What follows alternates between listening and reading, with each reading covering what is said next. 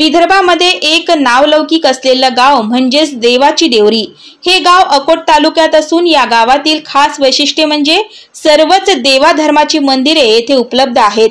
त्यामध्ये काही मंदिरे पौराणिक पद्धतीची आहे, तर गावातीलच श्रीकृष्ण मंदिर हे गावकऱ्यांचे श्रद्धास्थान आहे। त्या मंदिरातील कृष्णाची मूर्ती ही काळ्या पाषाणातील तेजस्वी अलौकिक जागृत मूर्ती आहे। महत्वाचे असे की कौंडण्यपूर ते देवरी व मुणगाव हा कृष्ण लीलेतील रुक्मिणीच्या स्वयंवराचा इतिहास गावाला जोडला आहे।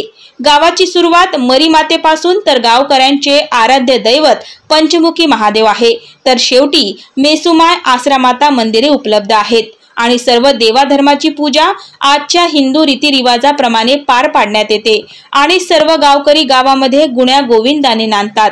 आजच्या धकाधकीच्या जीवनामध्ये स्वतःच्या आई वडिलांना जगविणे कठीण झाले आहे, पण बाल ब्रह्मचारी हनुमानजीच्या श्रद्धेपोटी येथील नागरिकांनी मागील वर्षी एक वानर बिमारीमुळे मरण पावले, त्याची पूर्ण गावामधून मिरवणूक काढून त्याचा अंत्यविधी केला व सालाबाद प्रमाणे 17 ऑगस्ट रोजी त्याच वानराचे विधीपूर्वक वर्षश्राद्ध करण्यात आले।